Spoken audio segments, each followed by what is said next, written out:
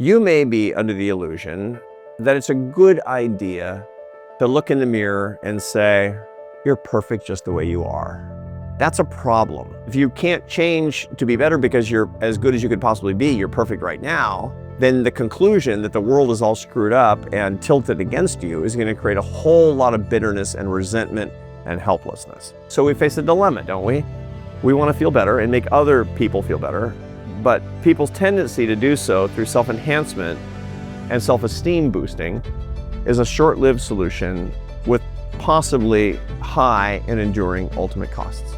The truth of the matter is, you're not perfect, and neither am I. And that's incredibly good news.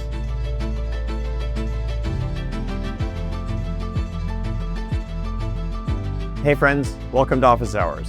I'm Arthur Brooks. This is a show about love and happiness, about how you can have more of both. But just as importantly, how you can become somebody who brings more of these to people that you love, to everybody, as a matter of fact. One of the things that I try to bring up in the show again and again is the fact that when you become a teacher of happiness, that's how you become a happier person on an ongoing and sustained basis. The secret to happiness is learning the science, I believe, but also changing your habits and teaching those ideas to other people. And that's really what the show is all about.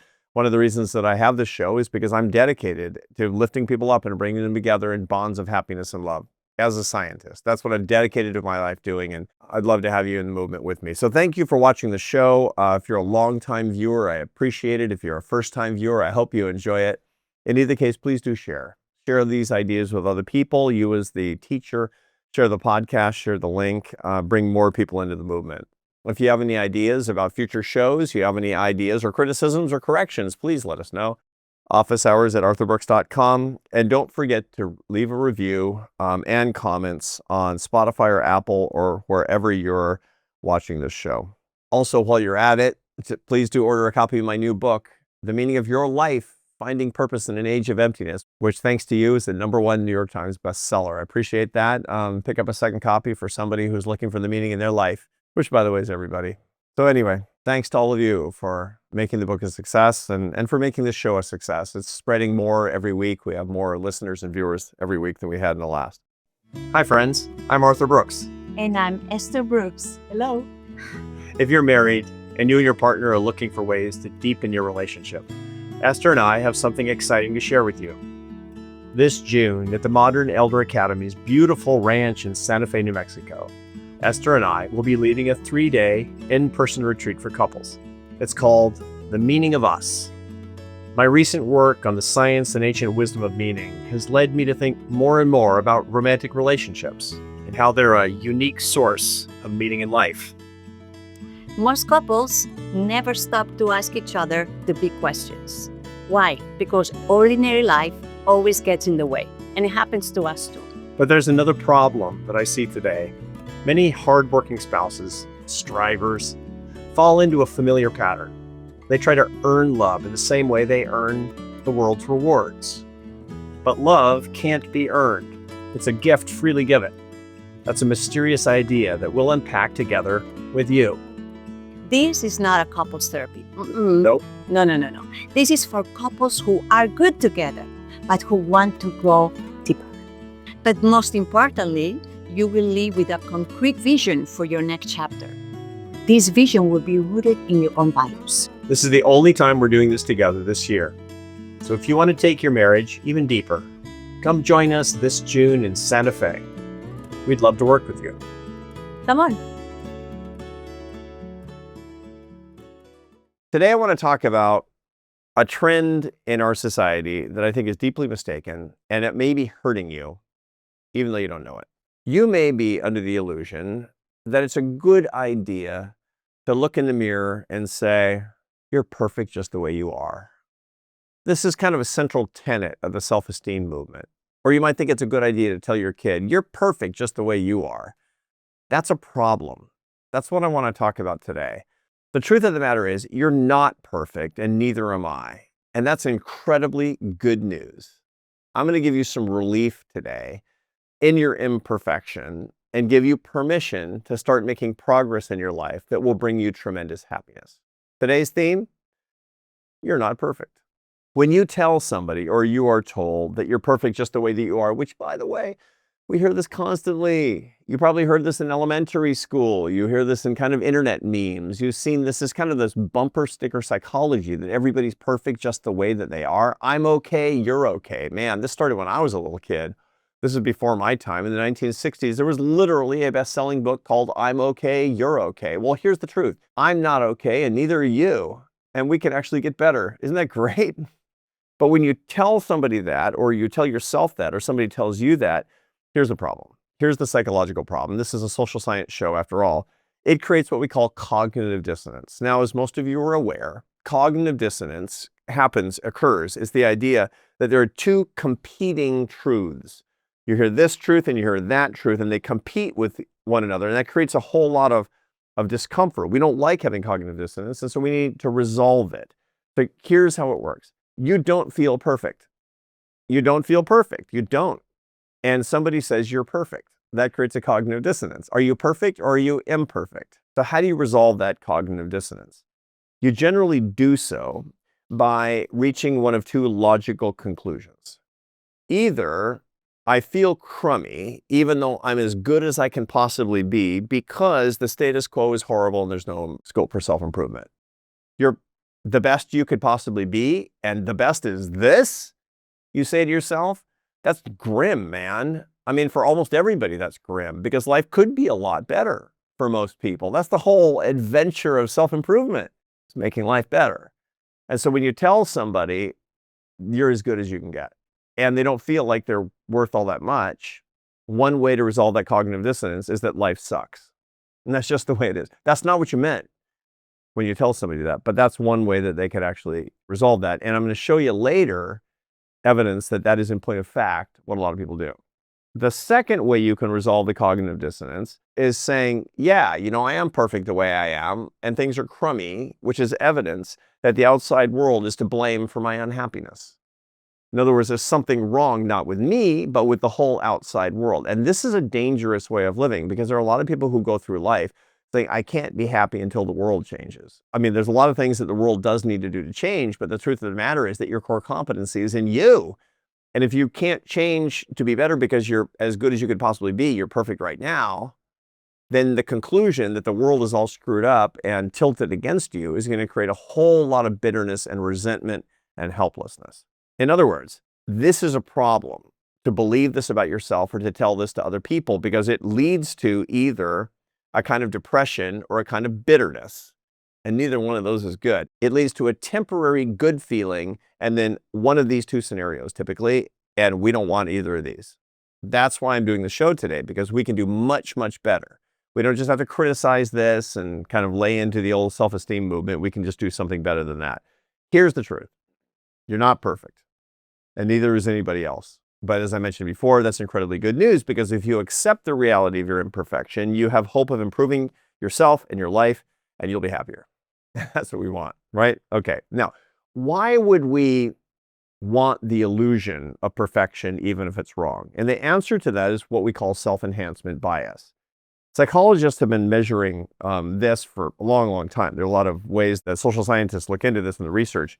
They look at the self-enhancement bias, which is this tendency to exaggerate our positive qualities and compare ourselves favorably with other people. I'll put an interesting article about this, kind of a classic article from 1999 about this, called Taking Time Seriously, a Theory of Socio-Emotional Selectivity, that lays out the idea of self-enhancement bias. But this leads to all sorts of distortions in perception, that we want to exaggerate positive qualities so we feel good about ourselves, which gives us this kind of ebullience, this ability to get through the day, while we'll exaggerate the bad qualities of other people so that we feel better in comparison to them, because it's all comparative. Remember, I've talked in the show an awful lot about, in evolutionary biology, the fact that people live in that human beings were evolved to live in a hierarchical group of 30 to 50 individuals. And so the result of it is that you're evolved to feel better about yourself if you're rising in the hierarchy, meaning you have better qualities and they have worse qualities. And so we've developed this psychological bias because of this evolved tendency to want to rise in hierarchies, which we still do today. Now, there's all kinds of novel ways that we show this self-enhancement bias, some of which are pretty funny. Asking people, for example, Are you an above average driver? 80% say yes. Well, that's not really possible, is it? And I know a lot of people who think they're above average drivers who are not above average drivers. I, for one, recognize I'm in the 20% of drivers like, yep, I'm not above average. I drive 2,500 miles a year. So if you see me on the road, look out. Not very experienced. I'm not looking at my phone. I'm just kind of spaced out.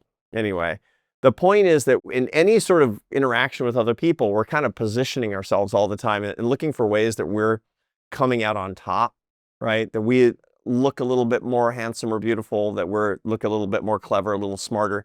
We're a little bit more right than the other people. And we exaggerate it. That's that self-enhancement bias, which is kind of an illusion. It's a distortion of reality. Think about it. When there's a lawsuit, a civil lawsuit between any two individuals, they both literally think they're right. I mean, you might think about the person who's suing you, well, that evil SOB, that person, he knows he's wrong. Actually, he doesn't.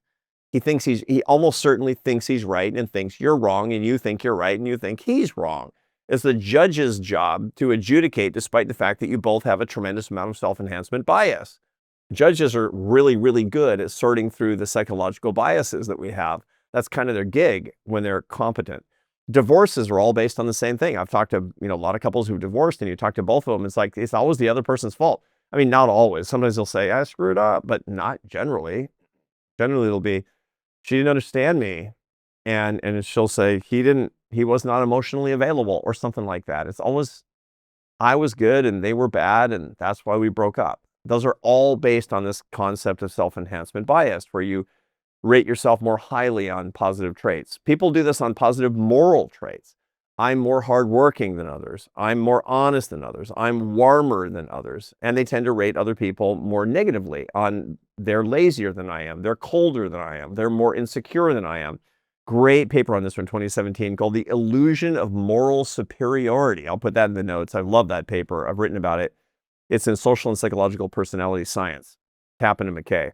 Now, this trend is most pronounced for young adults and middle-aged people who rank themselves as better than average on lots and lots of measures. You have less self-enhancement bias as you grow older. You're also less likely to hide a lot of your negative characteristics as you get older. And part of it is because you care a little bit less. And you got to trust me on this. It's people are more likely to try to hide a receding hairline. I mean, at this point, if I tried to hide a receding hairline, I mean, I'd have to literally put a bird's nest on my head or something. It would be no way. But people do that when they feel that something is falling behind, more when they're in early adulthood and middle adulthood than they do when they get older. By the way, this is one of the great consolations of age, is that you're less likely to fall prey to self-enhancement bias, which frees you from the two resolutions of cognitive dissonance, which is either this is the best, that sucks, or everybody's out to get me. Neither one of those is any good. And most people, as they get older, it's one of the reasons that personality scientists have shown that neuroticism dramatically falls on average for people once they get past 50 years old.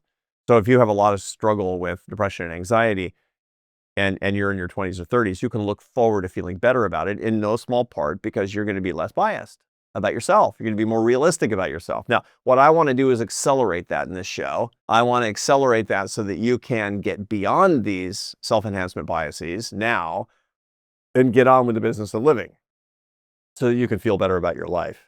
Now, why do young adults do this so much? And it has very much to do with the idea of protection against the mental pain that comes with an invidious comparison with other people.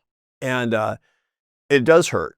As a matter of fact, when you're judged to be insufficient in something, neuroscientists find that the limbic system is very active. There's a place in your limbic system, I've mentioned it before on the show, called the dorsal anterior cingulate cortex, DACC, little d, capital A, capital C, capital C. You can Google that if you want. And that's one of the parts of your brain. That's a pain center of your brain, but it's especially implicated in affective pain, that is to say, emotional pain. Rejection. There's a very interesting paper that shows that when people are playing in an fMRI machine, they're looking at their brains, and they're throwing a ball back and forth to each other, and suddenly on the screen that they're looking at, they start to be excluded from the ball tossing game, that the dorsal anterior cingulate cortex becomes more active because they've been socially excluded. In this dumb little trivial way, it makes you feel crummy about yourself.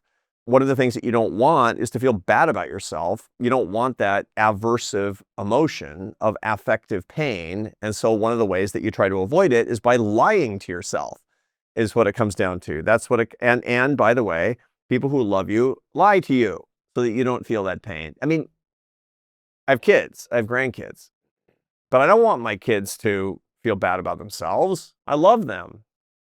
So the result of it is that I'm likely to tell them a lie. You're perfect the way you are, even if they aren't. I want their dorsal anterior cingulate cortex to not be overly active. Boy, am I a nerd. Anyway, you get the whole point. Now, this is also really interesting in the way that we study it, not when we're looking at people who are trying to avoid depressive symptoms or sadness or anxiety, but people who have these symptoms already. There's a phenomenon well studied in psychology called depressive realism. This is the case in which people who are suffering from mood disorders, most notably clinical depression, they more accurately assess their own characteristics and fall prey to less self-enhancement bias than do people who are not depressed. They're less likely to lie to themselves. And so, for example, when you leave the room, it's very possible that people go, like, ugh, right? They do something that's not flattering to you when you leave the room sometimes, right? People who are not depressed, they literally don't know that. When people who are depressed, they usually assume that's true, and they're often right.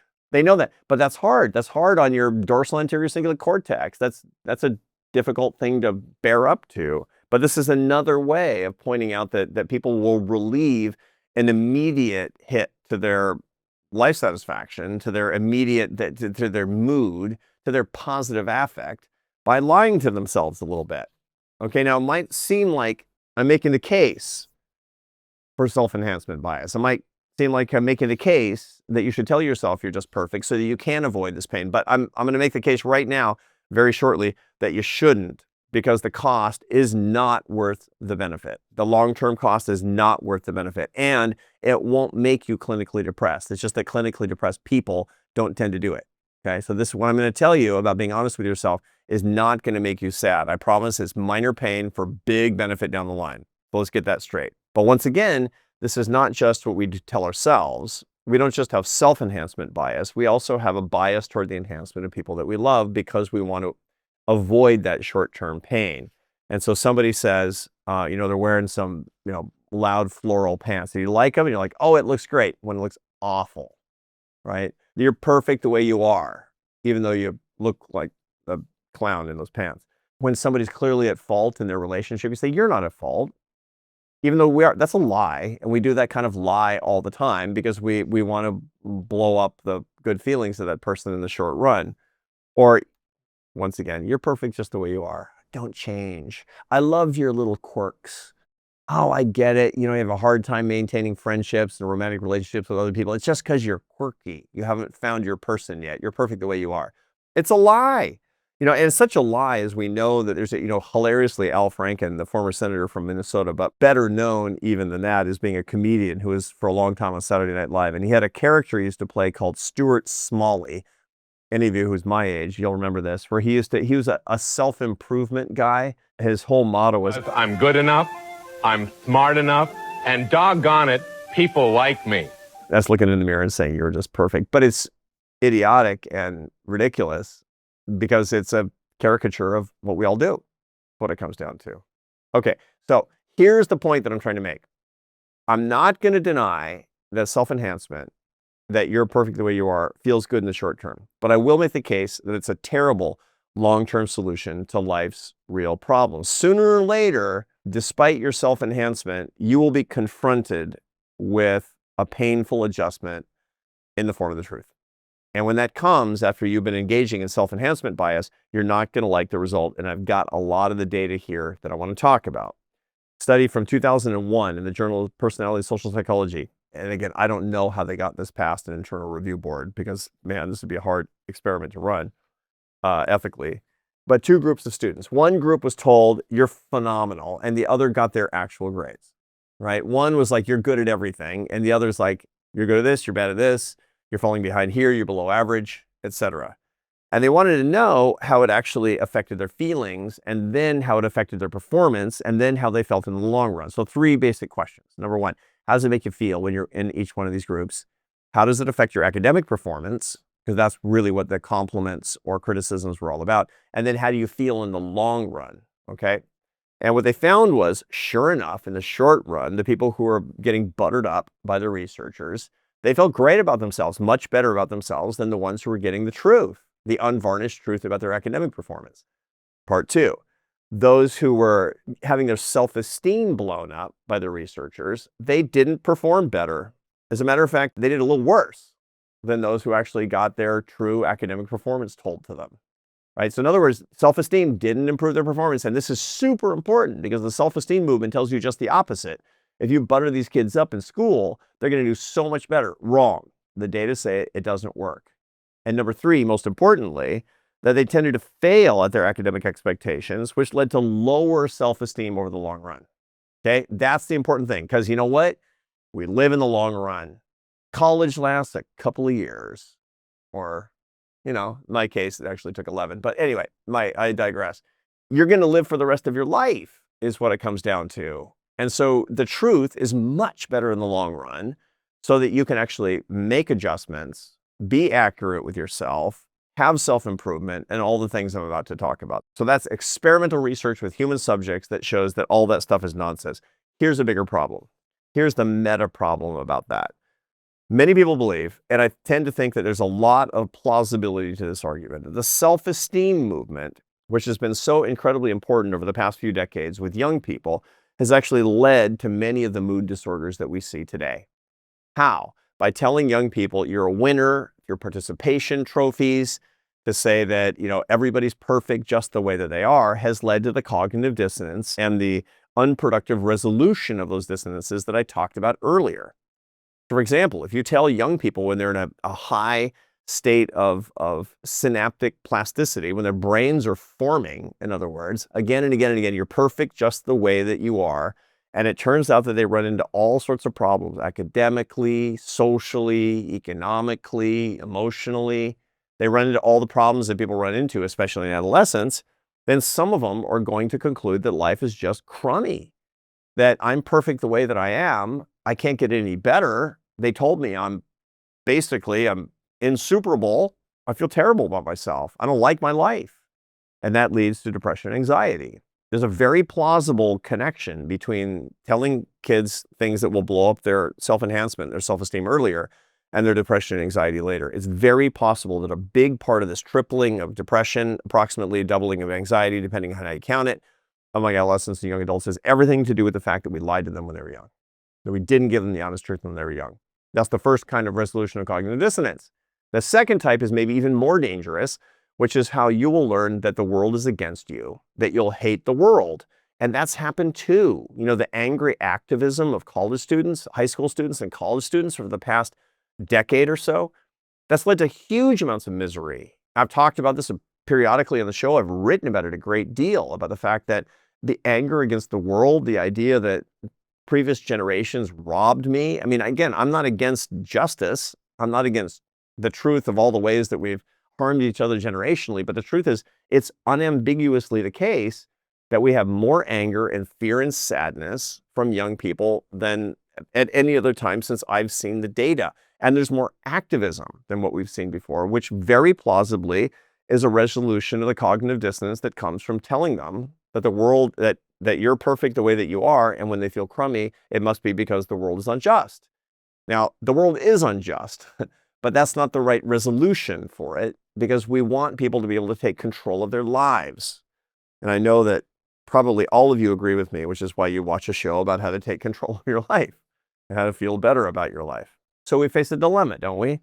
We want to feel better and make other people feel better, but people's tendency to do so through self-enhancement and self-esteem boosting is a short-lived solution with possibly high and enduring ultimate costs.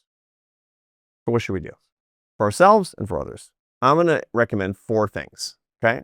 Right now, you're like Neo in the Matrix. You can keep scrolling, experiencing a simulation of life, or you can wake up to how your attention is being harvested for profit. It's happening to people all over the world right now. You don't want to be productized like this anymore, but it's hard.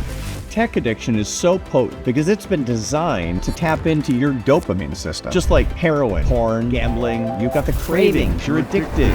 You don't like it, and I don't either. But I can't just tell you to stop doing it, that's hard. If you want to break free from the system, you need an incentive. Here's one. Why don't you join a phone company that pays you not to use your phone? If you want to reduce brain rot, get Noble Mobile. It pays you to use less data. It gives you an incentive to unplug. Noble Mobile is the phone plan that finally aligns incentives with what's good for you. Use less data, earn money back. And when you do, you'll be living once again in real life, and you're going to like how it feels.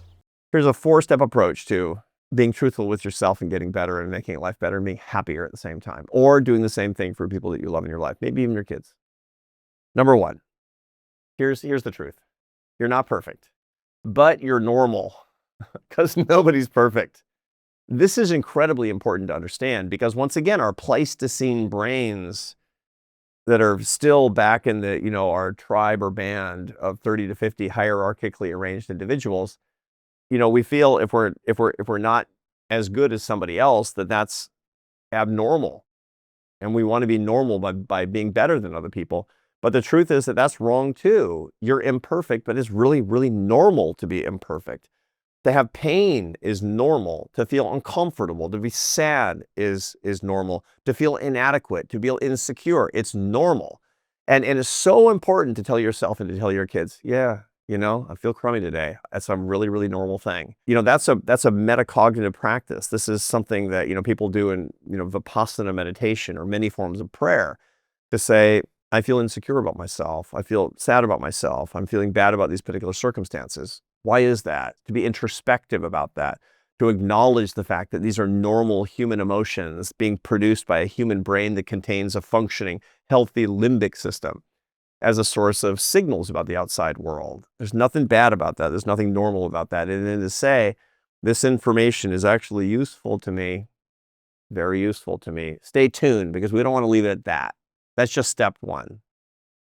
I'm imperfect and I'm normal, and so are you. Step 2, I accept this. I accept myself. I mean, again, that's sort of the I'm okay and you're okay. And, I sort of trashed that a minute ago. And I still would, if this were the only piece of advice. Accepting yourself is one step in this, but it is an important step, is to accept this. And again, this is not to say I'm okay, but to accept the fact that this is reality is the way that this actually works. I accept my imperfections and I treat myself with a kind of compassion. We often are so much harder on ourselves than we are to other people. I recognize that because I'm such a striver and I'm such a perfectionist in everything that I do. And I realize if anybody talked to me the way that I talk to myself, I'd be so insulted. I mean, I would be scandalized if somebody talked to me that way. It would be hard for me to forgive anybody who talked to me the way that I talk to myself. You moron. Or something dumb like taking a right when I was supposed to go left. Like anybody did that and I was a passenger in the car, I'd say, I think you needed to go right there. Oh, okay. But me, you get the point. And so it's having a compassion about yourself is really important. There's a great article on this, by the way, in Personality and Social Psychology Bulletin, which is a great journal. From me to you, self-compassion predicts acceptance of one's and others' imperfections. Acceptance.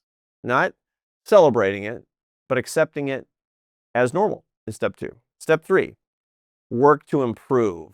Now here this gets really important because if you stopped with I'm okay, you're okay, then you can do something that a lot of people have done in the last decade, which is to make your flaws into a sort of identity, right?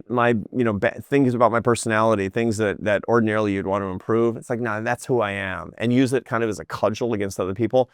Don't do that. Your flaws shouldn't be your identity. You shouldn't relate to yourself through the things that you should want to improve. Doing that is to resolve the cognitive dissonance that life is crummy, the world is against you.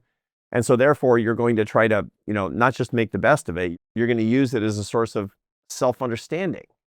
Very unhelpful to you, very bad for your mental health to do that. To say, you should acknowledge I'm flawed in this way right now.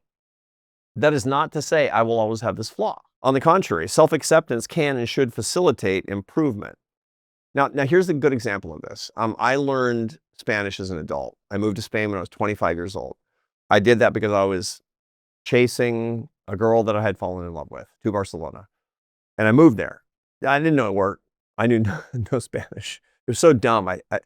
I studied German in high school. That's useful. You go to Germany, they all speak better English than we do. You go to Spain, nobody speaks a word of English, including the girl I was in love with. Nothing.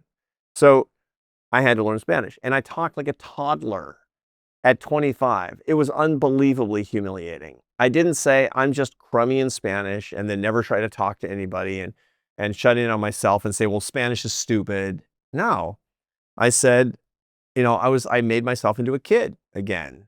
I have my grandsons. I have 4 grandsons growing every day, it seems. Well, they're growing, but the number appears to be growing every day too.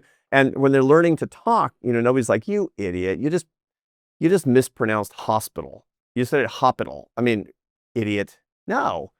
On the contrary, you say that's a funny little flaw, and then you tell them the word, and over time they actually learn it, and you treat yourself with the same self-compassion, and you work to improve. And over time, sure enough, after about a year, which was slower than some people and faster than others, I could go out of the house without rehearsing what I was going to say. And now, years and years and decades later, I can lecture in Spanish, and I can live in Spain. And the other day I did live TV in Spanish. It's my second language. I'm almost as comfortable as I am in English. I still have an accent, by the way. But you get the idea. Self-enhancement says that whole idea, you won't make progress if you pretend you can already speak fluently, and you also won't make progress if you make your lack of fluency your identity. You get my point. Work to improve, step 3. Step 4, don't blame other people for your flaw. Now, again, sometimes other people are to blame for stuff, but it still doesn't help. It still doesn't help. There's a very interesting body of literature that shows that people who take responsibility for things that aren't even their responsibility, they tend to do better in life. And you can kind of figure out why that's the case. They're sort of life entrepreneurs, right? They find solutions to things. But if you're wallowing in the idea that everything is somebody else's fault, you're very unlikely to be finding productive solutions to the problems in your life, and you're going to get less happy. Martin Seligman, University of Pennsylvania, my great mentor. Marty Seligman, he created a whole body of research on something called learned helplessness.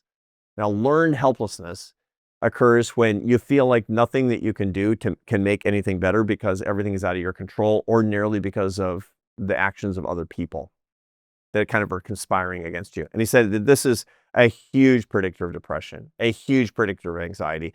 And by the way, it makes it so people can't ever solve problems. Even if they're not the cause of the problems, they have no possibility of solving these problems, which is really, really unproductive. He's shown this with laboratory animals. He showed it with people. And, people get just sort of depressed mood and in a sort of permanent state. Learned helplessness is horrible. And it comes because you figure there's nothing you can do because things are out of your control, ordinarily because it's somebody else's fault. Scholars have shown that people with a weak capacity for emotional self-regulation tend to blame others for their poor choices. Now, I'm not going to say that everything is your fault if something's wrong in your life. Sometimes, there is injustice, there is discrimination. I completely have got it. But the idea of looking for culpability in other people and outside your control is usually the worst way to look at things, at least as the first course of action. 5th, here's the best part. That's why you're here in the show, is reframing your imperfections and others, not as failings, but as puzzles. See, here's the fun about self-improvement. When I first started getting really interested in self-improvement, I remember when I was kind of older, as a matter of fact, I read How to Win Friends and Influence People by Dale Carnegie in 1936. I read Stephen Covey's book, The 7 Habits of Highly Effective People, and they just energized me, man. Not because I was like, check, I got all the stuff, all these 36 habits to win friends. I got all of them. No, I didn't. The interesting thing was that I didn't have most of these habits. And the fact that I recognized the fact that there was something that I could do was great, because it gave me this challenge. It gave me a castle in the sky I could walk toward. It was so wonderful. It was a puzzle for me about myself to solve. That's one of the things that people really like when they're starting a program of physical fitness, is that it's not because they're already fit, it's because they have a purpose, they have a direction, they have a goal, and that gives them all this gusto for being alive. Is a puzzle that you can solve that's utterly solvable. And when you do, you're going to be better off, and that's going to make you happier. I'm going to get better grades. I'm going to have a better relationship. All the imperfections of yours are interesting puzzles to solve. Now, I tried to raise my kids this way. When something wasn't right, I wouldn't say, that's bad. I would say, that could be better. Here's how. And they want to be better. They would do that. And we had, when there was a grades problem, we would deal with it. And, whatever it happened to be, or a behavior problem. And the idea of puzzles to solve without just getting a cookie at the end, by the way, with the satisfaction that comes from being better, this is the most exciting thing. Now, again, I'm preaching to the choir here because you're watching this show because you're into it. You're watching Office Hours because you know that you can be happier and you want the secrets. That's already acknowledging that you're not as happy as you could be, but that you believe that the secrets are there, and you're watching this show to get those secrets because you want to apply these ideas. You already understand how to turn imperfections into puzzles. Do that more, and do that with your kids, and do that with everybody around you, and you will become a force for absolute positivity in your life and the lives of other people.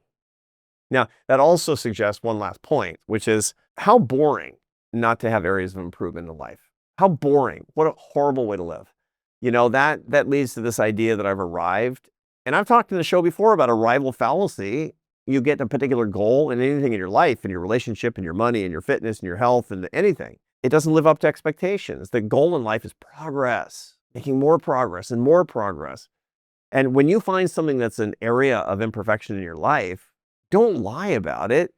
Say, yeah, man, that's why I'm alive. That's what it means to be an entrepreneur. That's the kind of progress that I want to make. And that is a big part of the meaning of life, because meaning has purpose at its core, goals and direction at its core. Your imperfection is the source of your excitement in life.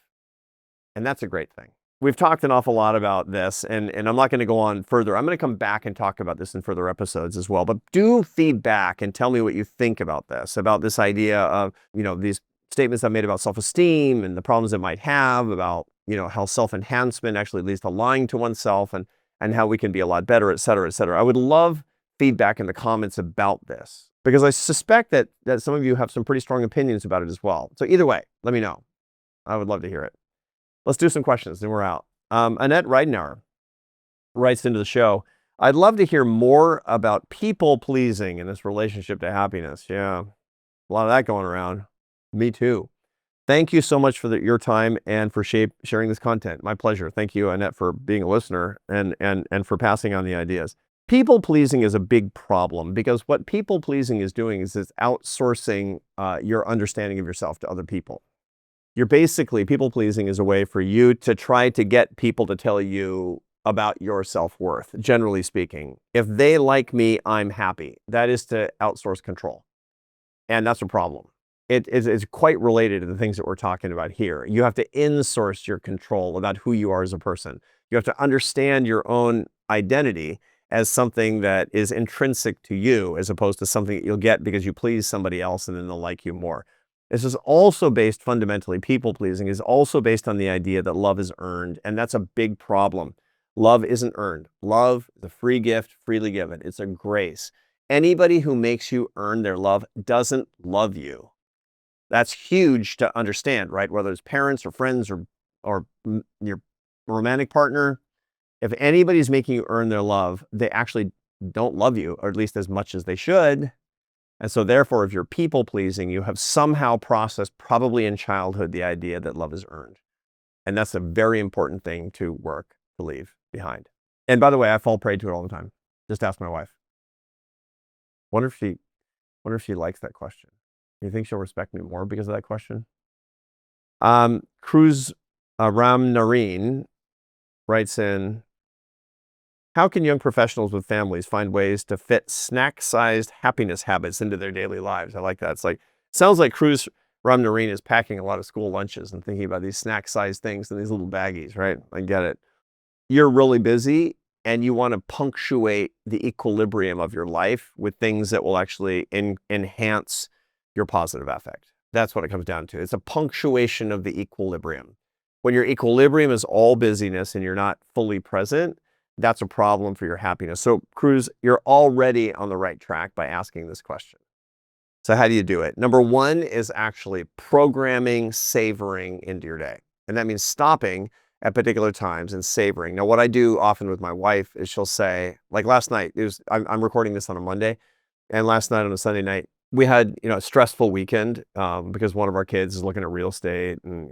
But then on Sunday, all of our kids were home with all their kids. It was complete chaos in our house because it's like babies, babies, babies, babies. But then it was the end of the day and we were lying in bed and she says, "What are you most grateful for this day?" And I know it sounds corny. I know. But that was a punctuation of the equilibrium. It made us stop and savor. Savoring is so important, but you have to do it on purpose to savor. Like eating a piece of chocolate, you put it in your mouth, swallow. No, taste it, right? And savoring good things is a good way to do that regularly and on a schedule. And that's related to another thing I just mentioned before, which is actually being more conscious of things that you're grateful for, which is why I recommend people keep gratitude lists.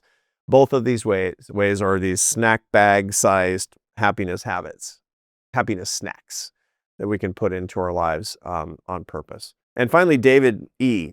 writes in and asks, what happiness habits are you encouraging with your grandkids? So my grandsons are not exactly of the age where I can sit them down and give them a lecture. I keep playing office hours for them, and I don't know, they keep wandering off, mostly because the oldest one is not quite 3 yet. But the truth is that the way that you encourage happiness habits with grandkids is by doing things that brings out happiness in them. And when your grandfather's the best, because I never have to do anything disagreeable. I live with 2 of my grandsons, and my whole job is jokes and wrestling. It's unbelievable. And I understand how the jokes work in their little brains. There's a piece of your limbic system called the parahippocampal gyrus, which when you flick it, it gives you positive surprise. That's why dad jokes actually work. And they're so corny and all that, but what it does is it surprises them a little bit and they laugh, right? And so that's what I do all day long. It's like, hey, do you like my new hat? Right? He knows it's not a hat. He knows it's a book, and he cracks up, and I can do it, 9 times, and it still gets the same laugh. And then, of course, it's just lots of little boys. I'm just tackling them and throwing them on the couch. And one of the things that they really like, by the way, is that I'll hold my almost 3-year-old as if I'm rocking him to sleep, and he knows what's coming, so he's just laughing like crazy while I'm doing it. And I'll sing him, no, no, no, no, and then I pretend that I lose my grip and drop him, and I drop him onto the couch, and then I apologize to him, and he thinks that's just the funniest thing, right? The same joke over and over and over again, especially physical stuff. Anyway, I'm going into detail that goes beyond the scope of your question, David. But the whole point is you encourage kids. One of the best ways that you can do it is by modeling things that people find fun and that make people happy. And when they see you cracking up and being happy, that shows them how to do it. We're done. With that note on jokes and wrestling, we're done with another edition of Office Hours. Let me know your thoughts at officehours@arthurbrooks.com. Especially comments, criticism, suggestions for future episodes. What do you want me to talk about? I have an endless variety of things I can bring up, but I would love to know what's on your mind. Please like and subscribe on Spotify, YouTube, and Apple. Leave a comment. As I mentioned before, follow me on Instagram, LinkedIn, and on all the other platforms. And order The Meaning of Your Life, also known as my hat for my grandkids. Finding purpose in an age of emptiness. And maybe just for get ahead of the holidays this year and get some holiday gifts for 1 million of your closest friends. They're available any place for you to buy books. Anyway, it's great to talk to you. Thanks as always for tuning in. I'll see you next week.